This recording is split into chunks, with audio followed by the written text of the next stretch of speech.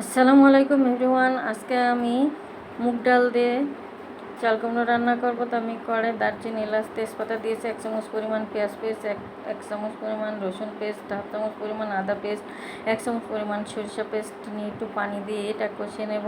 স্বাদ মতো লবণ দিয়েছি, 1/2 চামচ হলুদের গুঁড়া, 1 চামচ ধনিয়া গুঁড়া, 1 চামচ জিরার গুঁড়া, 1/2 চামচ কাঁচামরিচের গুঁড়া আর 1/2 চামচ শুকনো মরিচের গুঁড়া দিয়ে এটা ভালো করে কষিয়ে নেব যেন কাঁচা গন্ধ না থাকে। এবার মুগ ডালটা দিয়ে ভালো করে ভেজে ভেজে নেড়ে নিয়ে এবার আমি চাল কুমড়োটা দিয়ে নিয়ে এবার নাড়ব।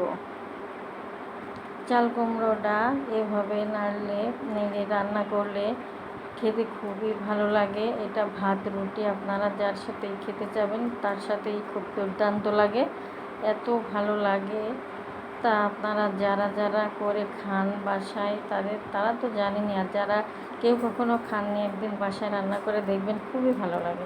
আপনারা আমার ভিডিওটা কে কোথা থেকে দেখছেন, আর আপনি যদি আমার ইউটিউব চ্যানেলে নতুন হন তাহলে অবশ্যই কিন্তু সাবস্ক্রাইব করে দেবেন, আর যদি ফেসবুক থেকে দেখেন তাহলে ফলো দিয়ে পাশে থাকবেন। তা আমি গরম পানি দিয়ে এটা ভালো করে নেড়ে নিয়ে এটা ঢাকনা দিয়ে ঢেকে রাখবো।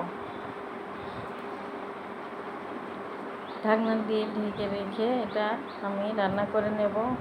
আমি মাঝে মাঝে ঢাকনা খুলে এটা নেড়ে দিয়ে আবার ঢাকনা দিয়ে ঢেকে রাখব। তো আমি ঢাকনা তুলে নিয়েছি, একটু নেড়ে দিয়েছি, আর একটু ঢাকনা দিয়ে আর একটু পানি শুকিয়ে নেব, নিয়ে বাগার দিয়ে দেব।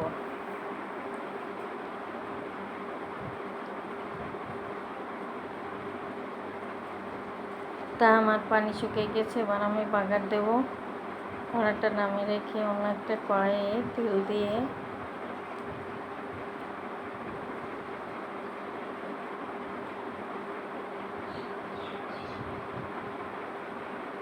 আমি একটা কড়াইয়ে তেল নিয়েছি আর দেব 2টা শুকনো মরিচ, বেশ কিছুটা রসুন কুচি, বেশ কয়েকটা পেঁয়াজ কুচি, আর দেব 5 ফোড়ন।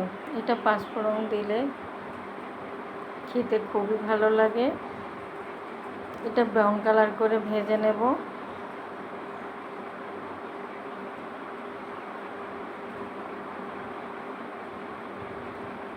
তা আমার ব্রাউন কালার হয়ে গেছে, আমি 5 ফোড়ন দিয়ে এটা ভেজে নিয়ে নামিয়ে নিয়ে আমি এটা বাগার দিয়ে দেব।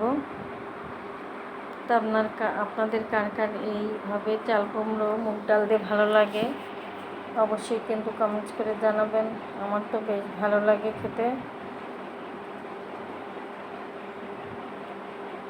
এটা আপনারা ভাত রুটি সবটার সাথেই খেতে পারবেন।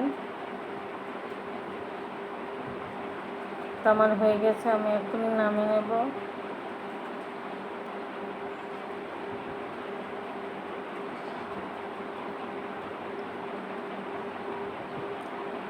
তা কার কার ভালো লাগলো দেখুন কত দারুণ হয়েছে। কার কার ভালো লাগলো ভিডিওটা অবশ্যই কিন্তু কমেন্টস করে জানাবেন। আল্লাহ হাফেজ।